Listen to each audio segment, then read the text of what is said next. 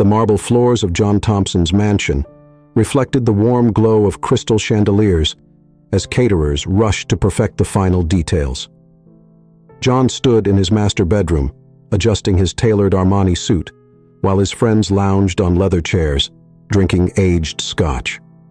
The room reeked of privilege and expensive cologne. "You should see her face when she cleans the bathrooms," John said, prompting laughter from his friends. "Always so serious, like she's performing brain surgery or something." He was talking about Evelyn, his housekeeper, whom he'd invited to tonight's party as part of an elaborate joke. Victor Davidson, John's closest friend and fellow real estate magnate, raised his glass. "Can't wait to see her try to fit in. Bet she shows up in her cleaning uniform." More laughter filled the room as John checked his Rolex. Still 2 hours until the party. Across town, in a small but neat one-bedroom apartment, Evelyn Williams stood before her mirror, examining her reflection. The dress she wore wasn't store-bought. She designed and sewed it herself. A fitted black number with strategic cutouts that emphasized her curves while maintaining elegance. Her hands smoothed over the fabric, checking every seam and detail. Her stomach churned with anxiety, but her face remained composed. She knew exactly why John had invited her. She'd overheard him planning it with his friends last week while she cleaned his study. Instead of declining, she'd accepted. She had something to prove, not to them, but to herself. Back at the mansion, the first guests began arriving. John welcomed them into his grand foyer, where a string quartet played classical music. He'd spared no expense. Premium champagne flowed freely. Caviar was served on mother-of-pearl spoons, and waiters circulated with trays of expertly crafted hors d'oeuvres. "There she is," Victor whispered to John as Evelyn's name appeared on the guest list. "This should be good." John positioned himself near the entrance, surrounded by a group of influential friends, real estate developers, hedge fund managers, and tech entrepreneurs. He'd carefully orchestrated this moment, expecting to see Evelyn stumble in, obviously out of place, providing entertainment for his wealthy guests. The party was in full swing now. The air buzzed with conversation and laughter, the clink of crystal glasses, and the subtle undertones of power and money. John checked his phone. Evelyn would arrive any minute. He imagined the scene, her awkward entrance, the poorly concealed snickers, the inevitable social faux pas that would cement her status as an outsider. "Remember," he told his friends, "act natural when she comes in. We want her to feel welcome." The sarcasm in his voice was thick, and several people nearby smirked knowingly. John took another sip of his champagne, feeling the familiar warm buzz of alcohol and anticipated amusement. The grand double doors opened again, and John turned, ready for his moment of triumph. What he saw instead would change everything, but he didn't know that yet. He was still standing there, champagne in hand, wearing his practiced smile of superiority, completely unaware that his carefully constructed world was about to shift on its axis. Evelyn's entrance silenced the nearby conversations. The black dress she wore caught the light perfectly, its design both sophisticated and daring. Her natural hair was styled in an elegant updo, and she wore a single strand of pearls, simple yet striking. She didn't shuffle in uncertainly as John had expected. Instead, she moved with practiced grace, her head held high. Several of John's business associates turned to look at her, their expressions shifting from anticipatory amusement to genuine interest. One of his most important clients, a senior partner at Goldman Sachs, actually stopped mid-conversation to watch her pass. John's smirk faltered. This wasn't the Evelyn he knew from his house, the quiet woman in simple clothes who efficiently managed his household. This was someone else entirely, someone who commanded attention without asking for it. "Is that really her?" Victor whispered, his tone caught between disbelief and derision. "Must have spent her whole year's salary on that outfit." He laughed, but it sounded forced. A few others joined in, but their laughter lacked conviction. Evelyn approached the main group, exchanging pleasantries with guests as she moved through the crowd. When someone asked what she did, she answered honestly, "I manage Mr. Thompson's household." But there was no shame in her voice, no apologetic undertone. She stated it as simply as if she'd said she was a neurosurgeon. The conversation shifted to a recent exhibition at the Whitney Museum. One of John's friends, attempting to highlight Evelyn's presumed ignorance, asked her opinion on contemporary art. "Actually," Evelyn responded, "I found their recent exploration of social hierarchy through mixed media particularly compelling. It reminded me of Basquiat's early work." John watched as his carefully planned humiliation backfired. Evelyn wasn't just surviving the party, she was thriving. She spoke about art, literature, and current events with an ease that suggested years of self-education. When she discussed fashion with a magazine editor, her knowledge of design and fabric revealed a depth that went far beyond her role as a housekeeper. Victor, growing increasingly uncomfortable with Evelyn's success, tried to reassert the social hierarchy. "It must be fascinating for you," he said loudly, "to see how the other half lives." His tone dripped with condescension. Several guests shifted uncomfortably, but Evelyn remained composed. "The view is certainly educational," she replied, her smile never wavering. "It's amazing what people reveal about themselves when they think they're superior." The subtle jab landed perfectly. Victor's face reddened, and he quickly excused himself to get another drink. John stood frozen, watching this unfold. He felt something unexpected. Pride mixed with shame. Pride in Evelyn's ability to handle herself with such dignity, and shame at his own petty attempt to humiliate her. He caught her eye across the room, and for a moment their gazes locked.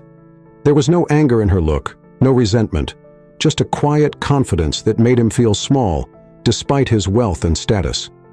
The party continued around them, but something had fundamentally shifted. The woman John had intended to make a fool of was instead fooling them all, or perhaps showing them their own foolishness. As he watched her engage effortlessly with his guests, John realized he had never really known Evelyn at all. And now, surrounded by all his wealthy friends and expensive decorations, he wondered what else he might have missed while focusing on appearances. The tension finally broke during a conversation near the grand piano. Victor, still smarting from his earlier embarrassment, raised his voice, deliberately loud enough for nearby guests to hear. "Tell us, Evelyn, how does someone in your position become so cultured?" The word position carried all the weight of his prejudice. The surrounding conversations quieted. Guests turned to watch, some with discomfort, others with poorly concealed interest in the brewing confrontation. John, standing nearby, felt his chest tighten. He should step in, he knew, but something held him back. Evelyn turned to face Victor fully, her posture relaxed but commanding. "My position?" she asked, her voice clear and steady. "You mean as someone who works for a living? Or did you have something else in mind, Mr. Davidson?" The challenge in her tone was subtle, but unmistakable. "Well," Victor continued, swirling his whiskey, "it's just surprising to find someone who cleans houses so well versed in fine arts and culture." He smiled, but his eyes were cold. "Almost makes one wonder if you're trying to be something you're not." John watched Evelyn's reaction, expecting, perhaps even hoping, to see her finally crack under the pressure. Instead, she smiled. A genuine smile that reached her eyes and somehow made Victor's expression seem more like a grimace in comparison. "What fascinates me," Evelyn responded, her voice carrying across the now silent room, "is how quickly some people equate wealth with worth. I clean houses, yes. I also read Proust, speak French, design clothes, and volunteer teaching art to underprivileged children. None of these things are mutually exclusive unless you lack the imagination to see beyond social barriers." The silence that followed was deafening. Several guests nodded appreciatively. A well-known art curator actually applauded softly. Victor's face flushed dark red, and he knocked back the remainder of his whiskey in one gulp. John felt an unexpected surge of pride, followed immediately by crushing shame. He had invited Evelyn here to humiliate her, but she was showing more class and dignity than his supposedly sophisticated friends, more than he had shown himself. He found himself moving through the crowd toward her, not entirely sure what he would say when he reached her. The words tumbled out awkwardly. "Evelyn, I'm sorry about all this. About Victor.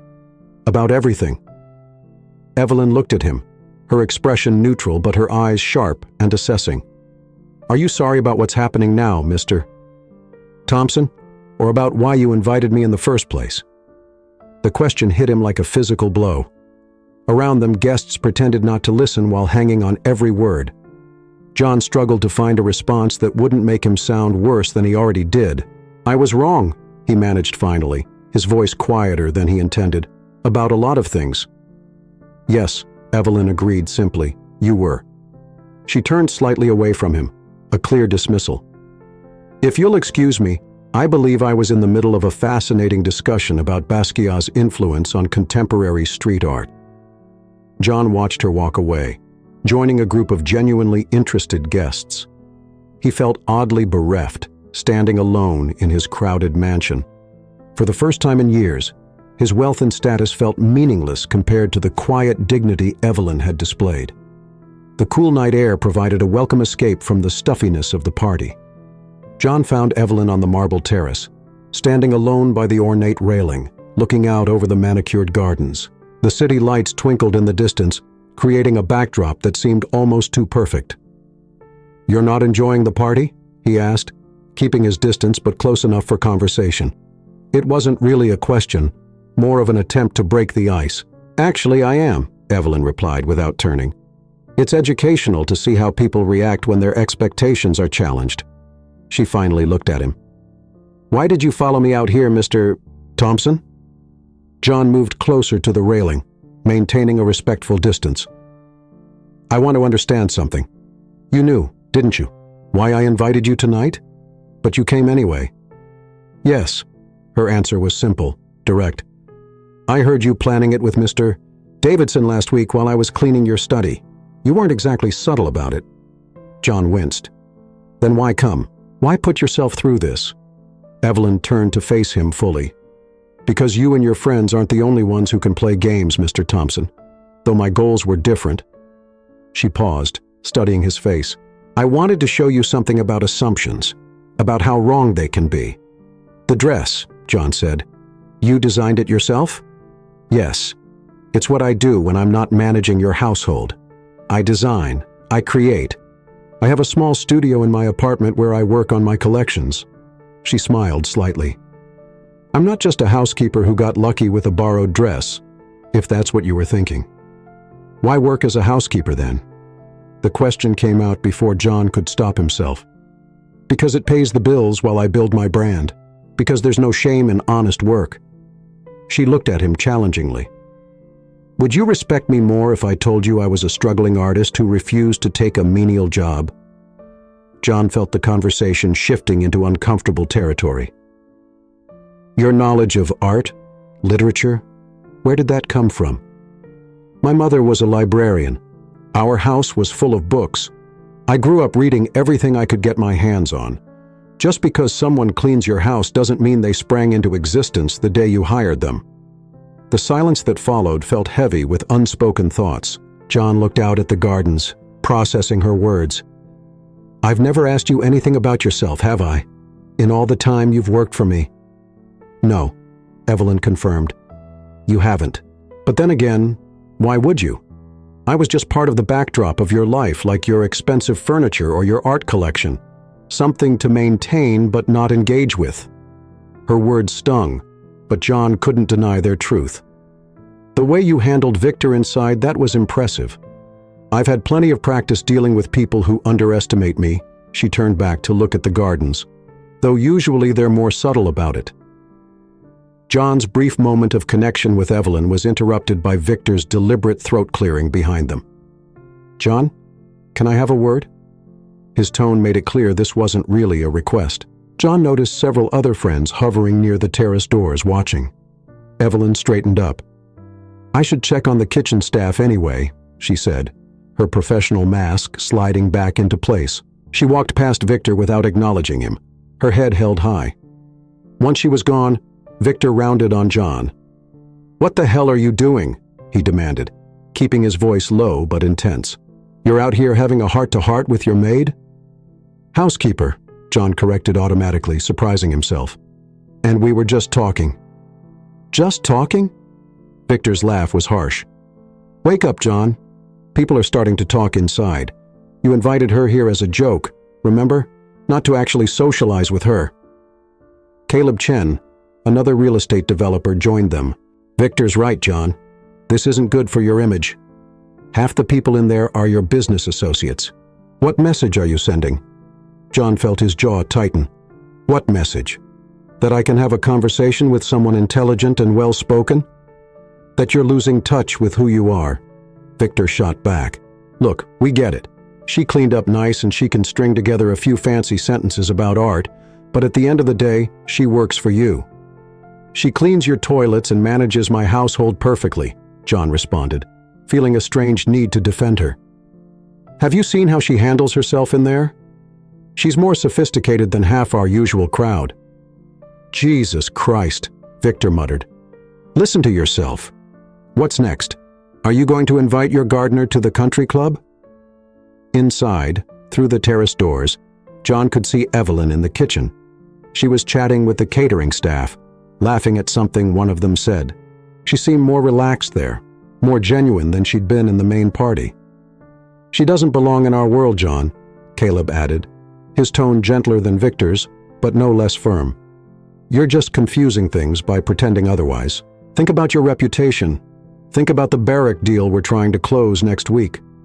John watched as Evelyn helped one of the waiters rearrange his tray, showing him a more efficient way to balance it. The easy camaraderie she shared with the staff was obvious and somehow more authentic than any interaction he'd had at his own party.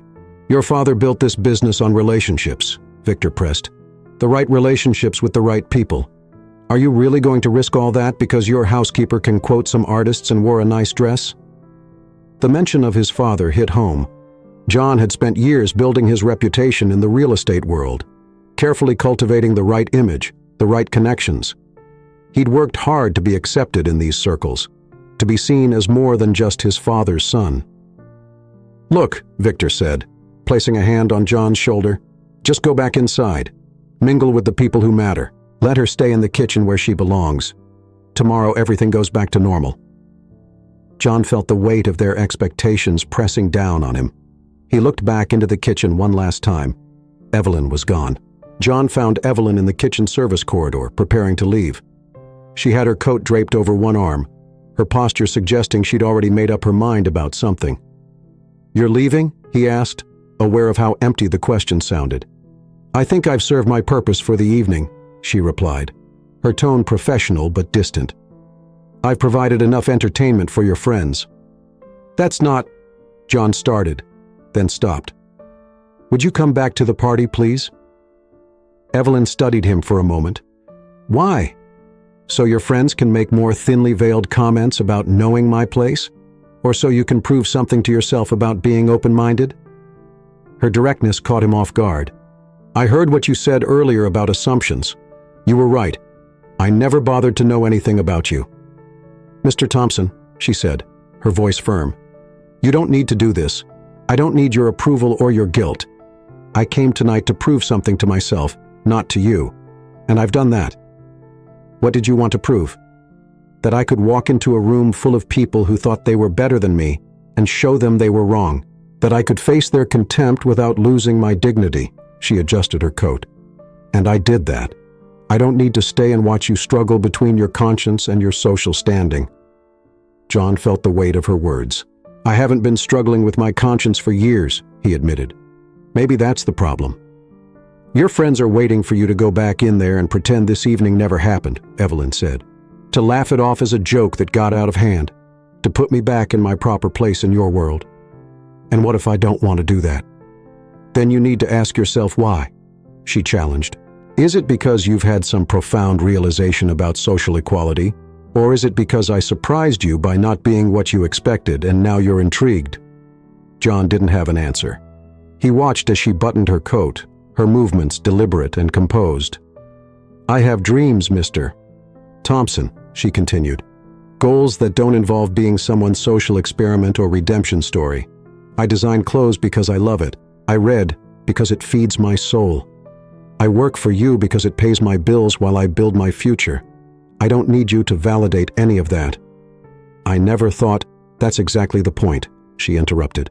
You never thought about it at all, and now that you are, you're wondering if that makes you a bad person. She straightened her collar. But that's your journey to figure out, not mine. The sounds of the party filtered through from the main house. Laughter, music, the clink of glasses. John's world was in there, waiting for him to return and take his proper place. But standing here, watching Evelyn prepare to leave, he felt that world's foundations shifting. The moment crystallized when Victor's voice carried down the service corridor. "There you are, John. Still consoling the help?"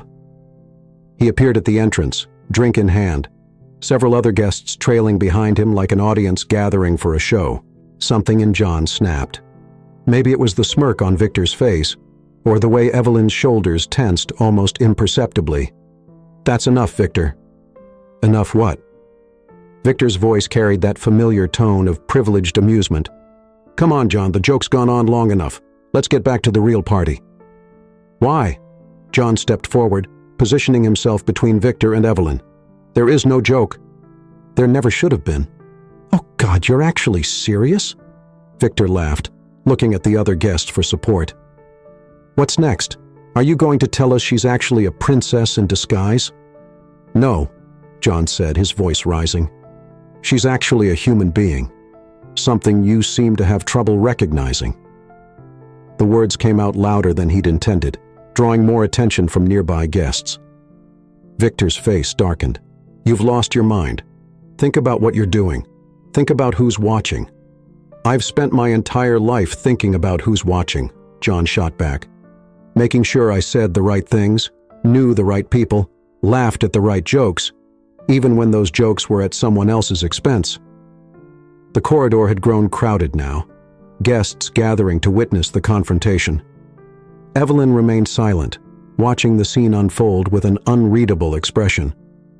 "You're going to throw away years of friendship, years of business relationships for what?" Victor demanded. "Because your maid can quote some artists and wear a nice dress?" "My name is Evelyn," she said quietly, but her voice carried, "and I've never needed Mr. Thompson or anyone else to defend me. What I find interesting is how threatened you are by someone you consider beneath you." Victor turned red. "Threatened? By you? Don't flatter yourself." "Then why work so hard to put me in my place?" Evelyn asked, her calm voice a stark contrast to Victor's agitation. "Why does it bother you so much that I can hold a conversation about art or literature? That I can design my own clothes? That I can walk into this party and be treated as an equal?" The silence that followed was deafening. John looked around at the faces of his friends and business associates. Some looked uncomfortable, others intrigued, a few openly hostile. He realized with sudden clarity that he didn't care what any of them thought anymore. "You know what the real joke is, Victor?" John said. "That I invited Evelyn here to humiliate her, but she's shown more class and dignity than anyone else in this room. Especially me." After the confrontation, John retreated to his private study, loosening his tie as if it could release the tension in his chest. He poured himself a drink with shaking hands, spilling expensive scotch on his equally expensive desk. The room suddenly felt suffocating. Every piece of art on the walls, every leather-bound book on the shelves, every carefully chosen status symbol seemed to mock him. He could hear the murmur of the party continuing without him, his guests undoubtedly dissecting what had just happened. Evelyn followed him in, closing the door behind her. "You didn't have to do that," she said simply. "I know," John slumped into his chair, "but I'm starting to realize there are a lot of things I didn't have to do. Like inviting you here tonight to humiliate you. Like spending years pretending to be someone I'm not just to fit in with people like Victor." "Who are you then?" Evelyn asked, remaining standing. "When you're not trying to impress anyone?" John stared at his drink. "I don't know anymore. I've spent so long playing this role. The successful businessman, the perfect host, the guy who has everything figured out. But tonight..." He trailed off. "Tonight you saw the cracks in the facade," Evelyn finished for him. "It's uncomfortable when our carefully constructed worlds start to crumble. I just lost half my business contacts out there," John said, gesturing toward the party. "Probably more. The Barrett deal is definitely dead. My father would be horrified. Are you more worried about losing the deals or losing the illusion?" Evelyn's question cut through his self-pity. John looked up at her. Really looked at her. How do you do it?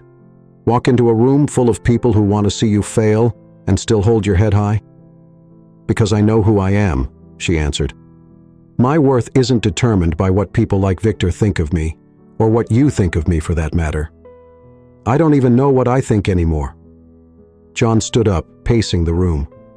Everything I've built, everything I thought was important, it all feels hollow now. But I'm terrified of losing it.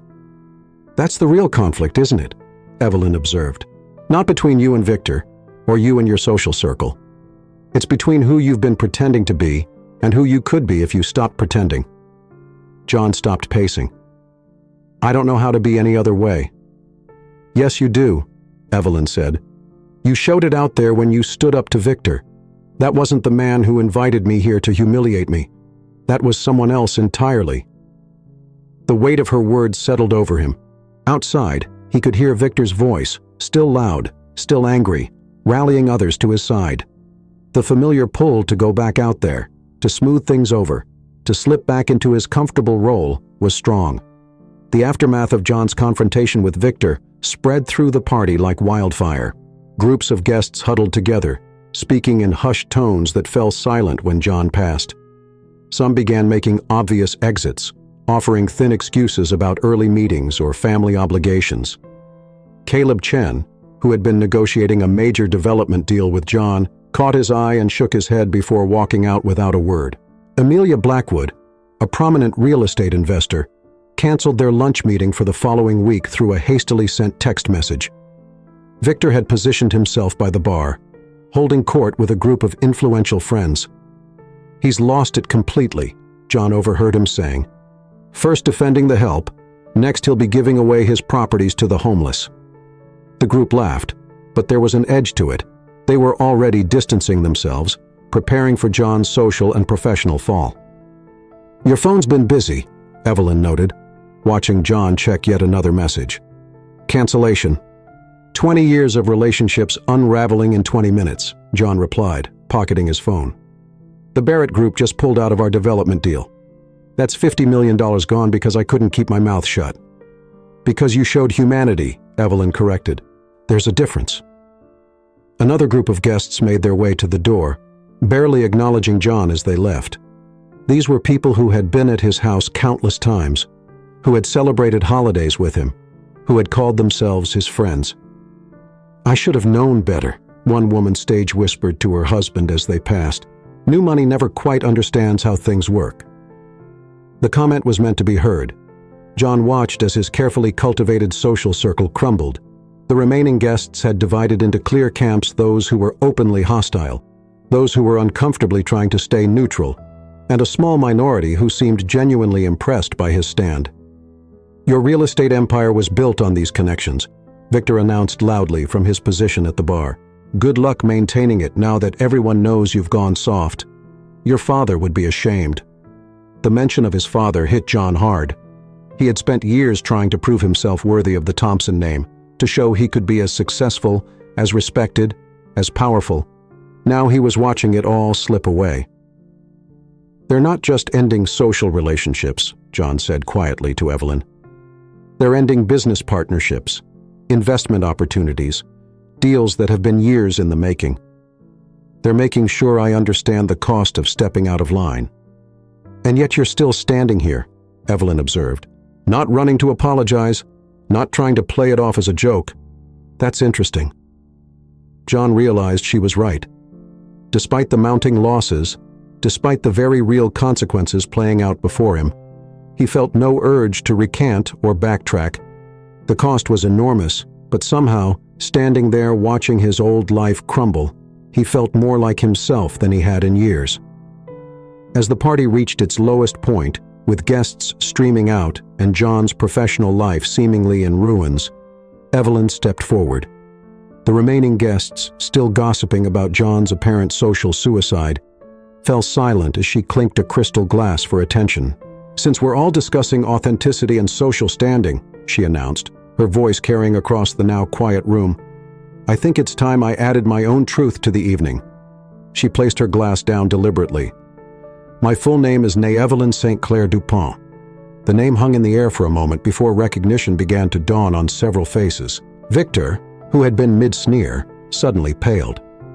"Yes," Evelyn continued, "as in DuPont Designs, as in the daughter of Lucy DuPont, who revolutionized modern fashion before her death 3 years ago."